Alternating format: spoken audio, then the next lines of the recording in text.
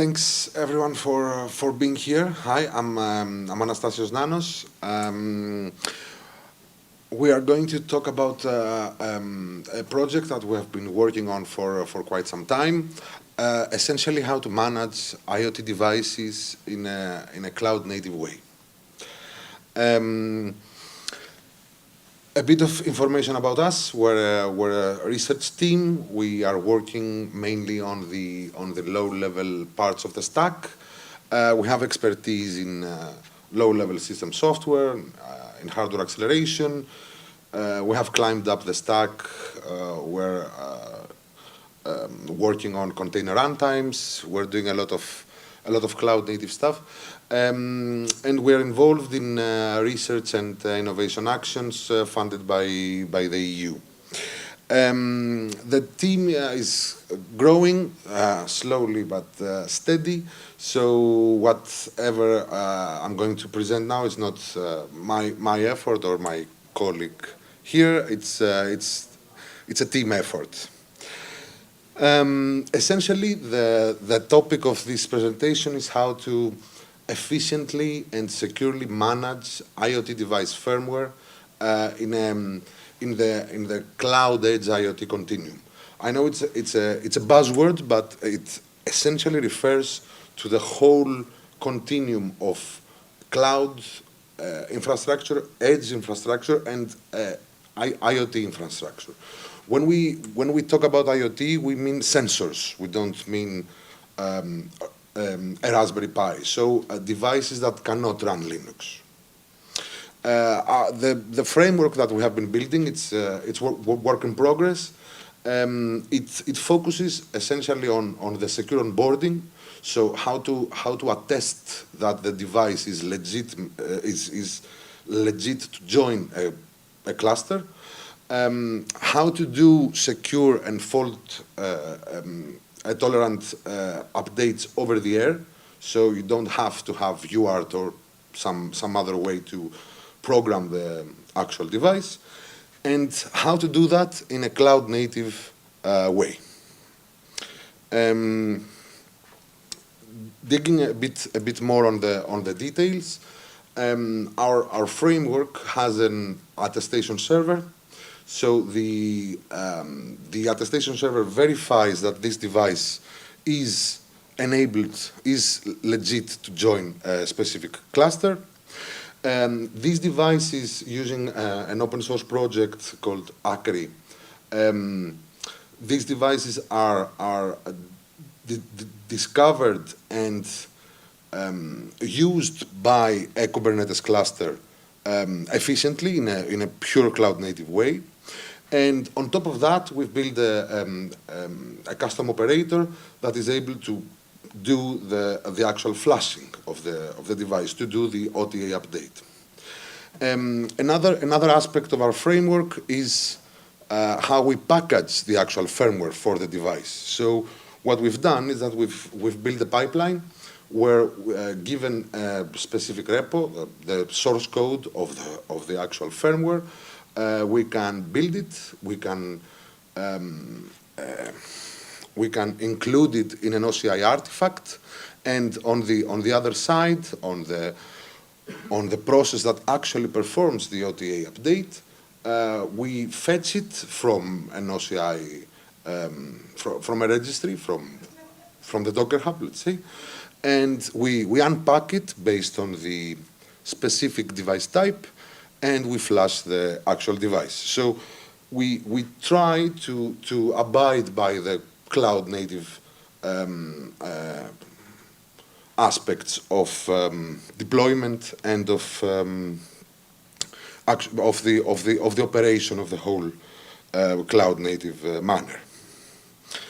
This figure shows the high-level architecture. It has a bit of detail, so it's quite complicated. So we try to separate the architecture of this framework into 3 layers. So it's the actual device layer on the right.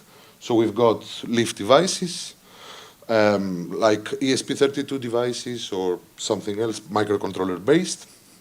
We've got the edge layer, where there are Kubernetes nodes, essentially. So this is on the bottom side. We've got the control plane of Kubernetes, could be at the edge, could be in the cloud. And we've also got the attestation server, which is running in a secure enclave. Again, could be in the cloud, could be at the edge. Now, the whole process essentially is based on the Akri framework. So Akri is the yellowish boxes. Akri has an Akri controller. This controller orchestrates essentially all the individual components of Akri. It has a specific CRD for the devices that are that appear in the cluster. These devices appear through the discovery handlers that are running on the edge nodes. So these handlers are essentially looking for a leaf device. When they find them, when they find these devices, they talk to the Akri agent that is running on a node. The Akri agent talks to the Akri controller, and the Akri controller populates etcd with the actual device information. Now, once a device is inserted in this DB, the Akri controller can spawn a broker pod or a broker job, depending on the configuration, and these pods can accompany these leaf devices based on the configuration.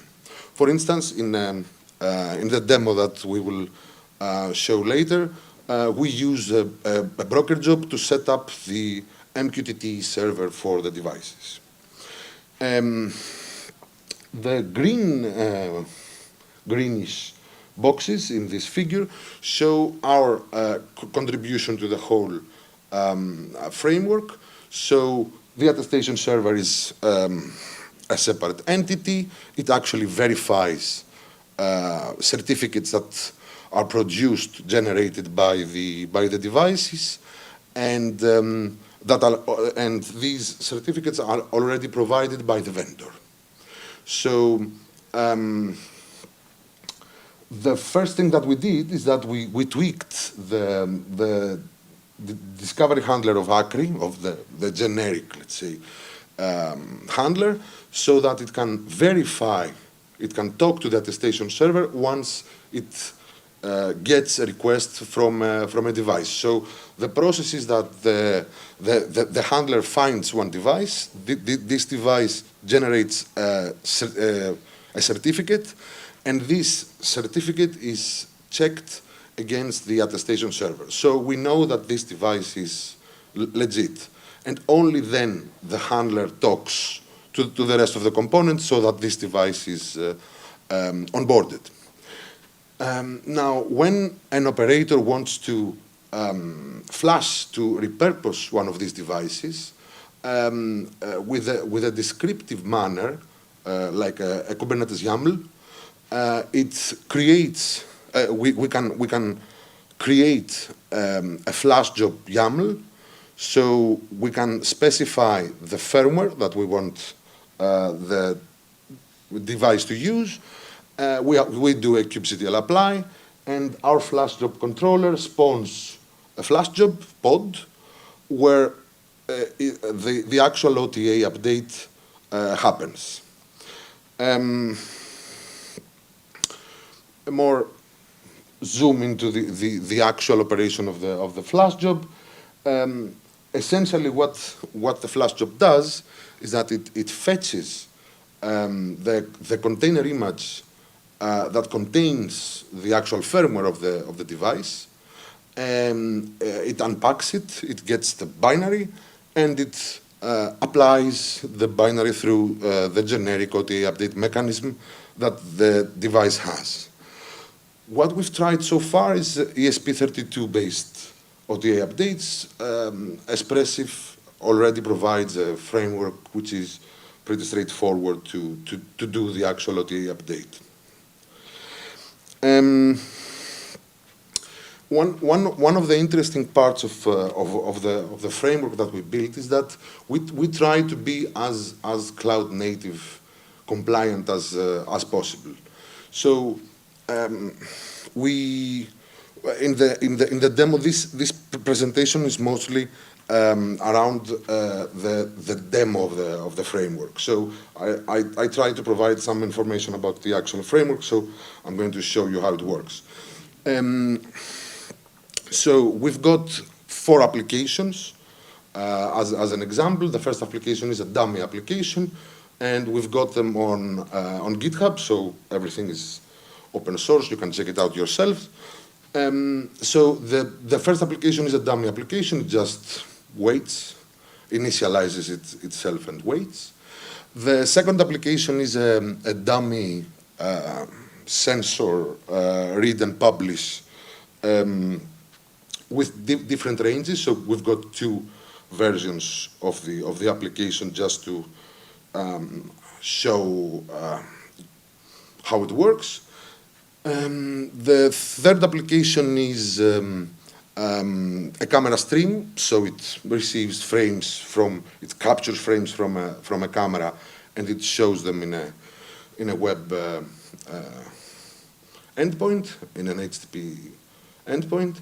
And the fourth application is a motion detection application which it just compares 2 frames, compares the pixels, and there's a threshold. If the threshold is over a specific, if the difference in pixels is over a specific threshold, it triggers a motion alarm. So we have these applications, the code for these applications for ESP32-based devices, and what we do is that we have a GitHub pipeline where we build these applications using ESP-IDF, the generic framework for Espressif. We've got the binary file, the binary of the firmware. We package it in an OCI container, and we abuse the OCI image specification, and we add the device type as the platform. So essentially, we end up with the container manifest for a specific application that has all the images for all the devices that are supported. So essentially, what we do for our pipeline is that we provide such a JSON as the input. So for instance, in this example, there's the ESP32 sensor read.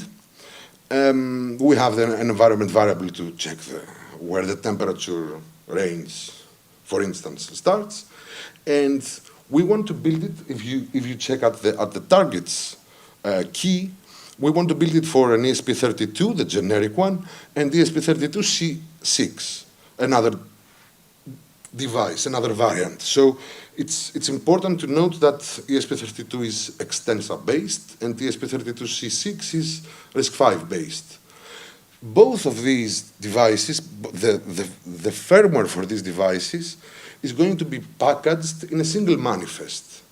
So what we end up using this pipeline is for the sensor read thing, we end up with this container image, sensor hyphen version, and in this container manifest we have 2 firmware, two container images that contain the firmware for ESP32 and ESP32C6. And what we do on the other end, on the FlashJob pod, is that we fetch the manifest and we specify for which device we want to do the OTA update.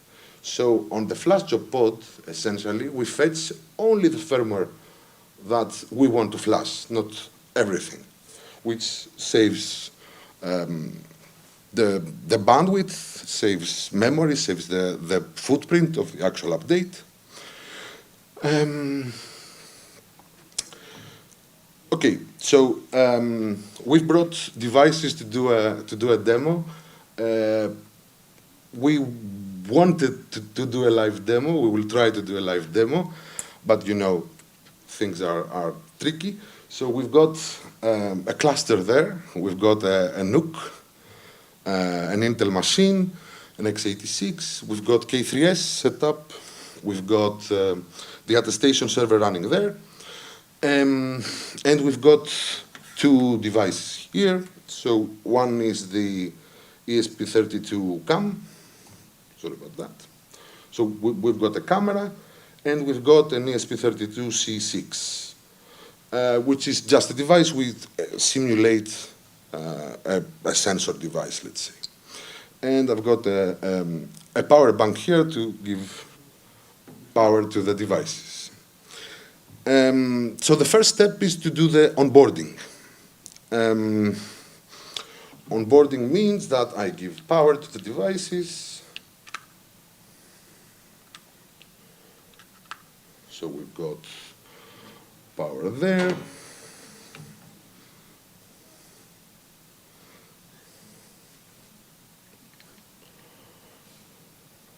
There are some LEDs coming on, okay. And I'm going to show you I'm logged into the NUC machine, so it's a generic K3s cluster, no surprises there.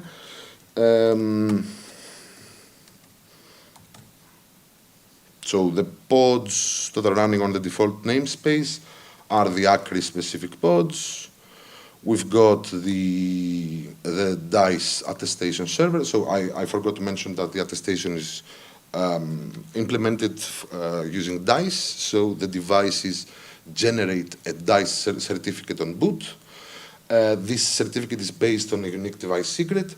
For the ESP32-CAM, this is emulated, unfortunately, because there's no secure world or anything related to security, but on the ESP32C6 there's secure world, so a unique device secret implementation is possible.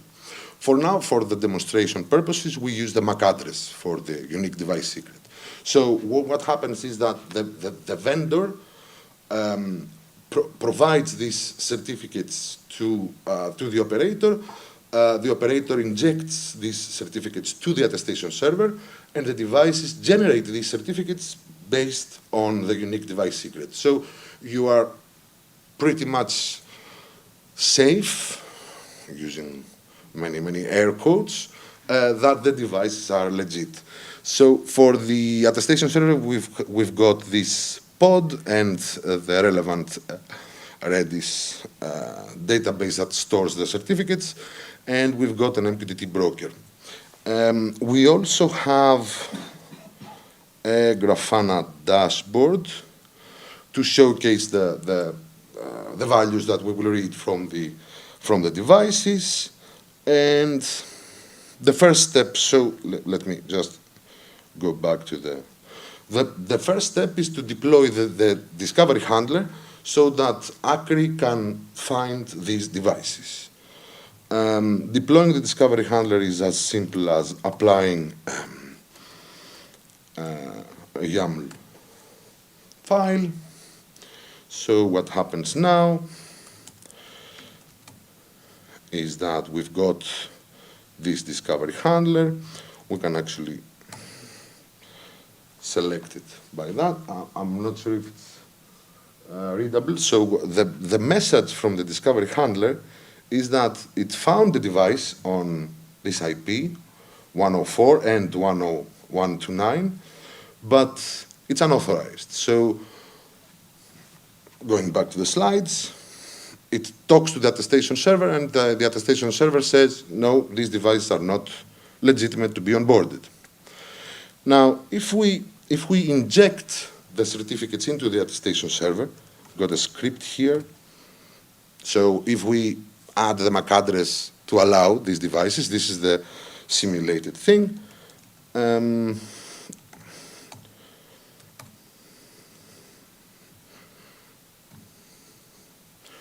this is this step.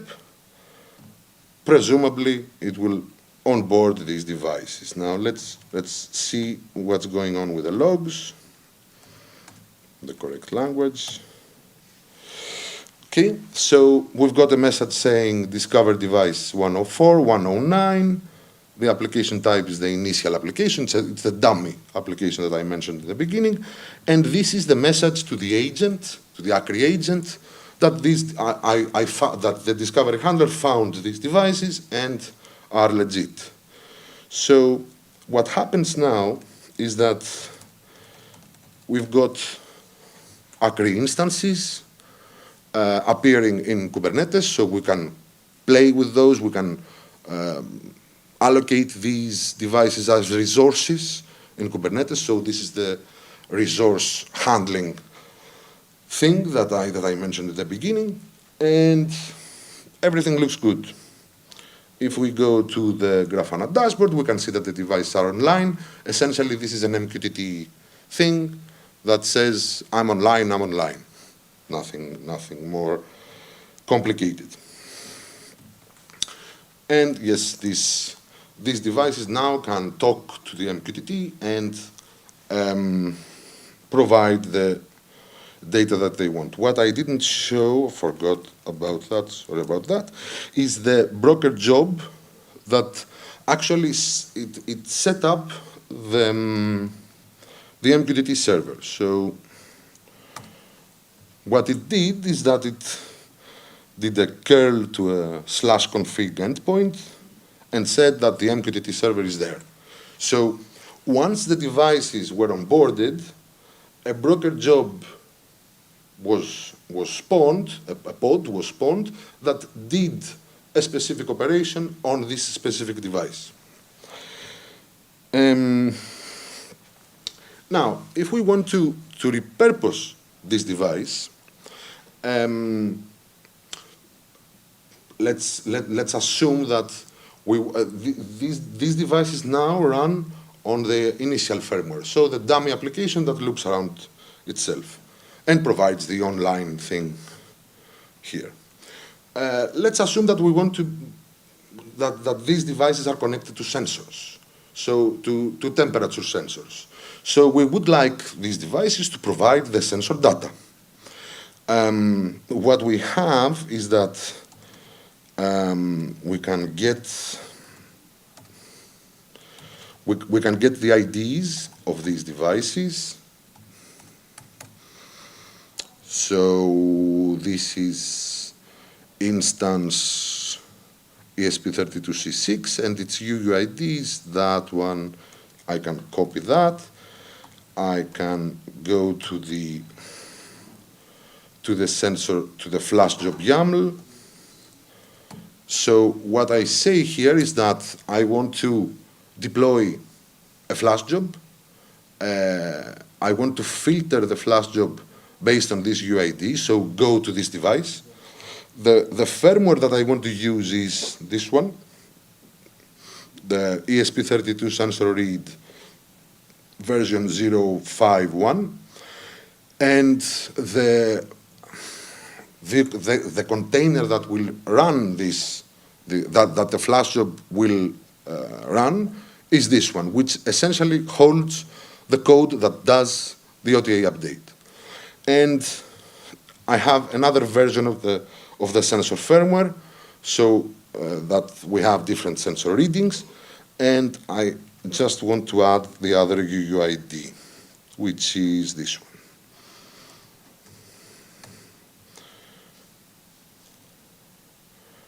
So I add it here, and what I do is that I apply this YAML. What happens now is that we've got two FlashJobs. Just show the logs from one of those. We've got a lot of debug information because, again, this is work in progress. So we can see that there's an extra step here before the OTA update that we do the attestation again so that we're sure that this device is, again, legit. We see 100% here. Presumably, this worked. We can wait for the pods. So what we expect to happen is the flash jobs will complete, so they will go away, and the discovery handler that we have says, I'm looking for devices with application type initial.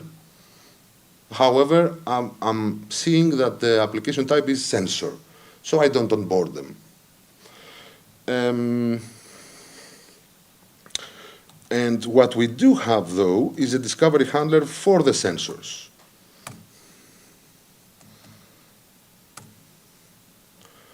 And if we get the logs from all discovery handlers, we can see that one of the discovery handlers, the initial one, says, I cannot onboard these devices because they are type sensor. But the other discovery handler said, I found a device, I found 104, and it's a sensor device. So I'm going to onboard it. If we wait, yeah. So this is the message to the agent so that the devices can be onboarded. And once they are onboarded, we see that there are the broker jobs are being spawned that set the MQTT server, and behold, we can see the sensor data in the Grafana dashboard. So if you remember, we reflashed one of the devices with version 5.0 and 5.1 because of the temperature start value. So this is one of the thresholds, let's say. So we can see that we did a kubectl apply, and these devices from the dummy application, now they run the sensor application, the sensor read. Let me go back to the slides. This is essentially what I did earlier. So the flash jobs were spawned. They did the actual OTA operation, and the MQTT data flow from the sensors to the database. Now, if let's say we want to flash one of the devices, the camera device, into a camera stream, we can easily do that, getting again the UUID of the camera device. So this is the one. Sorry about that. This is the one. So the first application is the streaming application, so I'm going to use that one.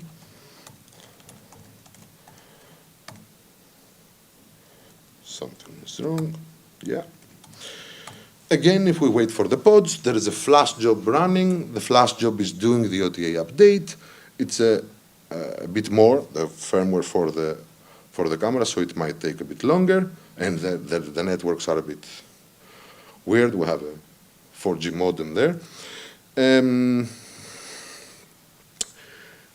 And what we expect to see is that the flash job is going to be complete.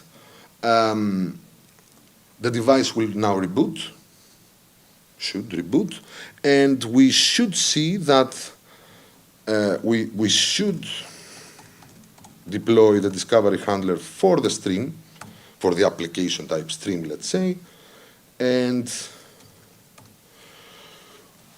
we should see a broker job running for the stream device. Let's see if the actual device was flashed. So I can see the room. Hello, perfect. And now we have a pending flash job. This stream flash job is going to populate the device with the MQTT server, so we can see in the Grafana dashboard the frames that are captured. If I stop the stream, if I don't ask for the stream, we can see that the frames captured is stopped. If I restart it, we can see that. Also, we can see that the sensor, only one of the sensor devices working. And to conclude, we can do the same thing with another, with the other application, which is the motion detection application. Again, the same thing. We just add the UID. We do a kubectl apply. And the stream will eventually stop because the device will be flashed. And yeah, frames captured stopped. This is trying to get a new frame. No frames are streaming anymore. And the FlashJob pod is completed. And of course, we need to deploy the discovery handler for the motion detection application. Of course, the discovery handler, let me just clarify that. The discovery handler essentially is an HTTP endpoint scanner. We have defined to determine the application based on the application type, but this is not necessary. We can just scan for devices in general, and we can distinguish the application from the UID. You don't have to deploy 4 discovery handlers for 4 different application types. That's my point. Again, we can see that the broker job for the motion thing is on. So if I just move it, I can see that motion detected. The stream is irrelevant. So if I move that, motion detected. So the point is that we can repurpose devices as easy as a kubectl apply. And not only that, it's not only that everything is cloud native. You can have the firmware on an OCI image. You can have a manifest that holds various firmware binaries based on the application, on the actual device. You can do that in a secure way because you have this two-way security verification. The first one is using the attestation server with the DICE certificates. And the second one, which we didn't show, but it's more easy to set up and implement. We have it, I mean, in our own setup. You can use secure boot to make sure that the application binary is signed. So in our build trigger pipeline, we the example input JSON, let's say, that we use.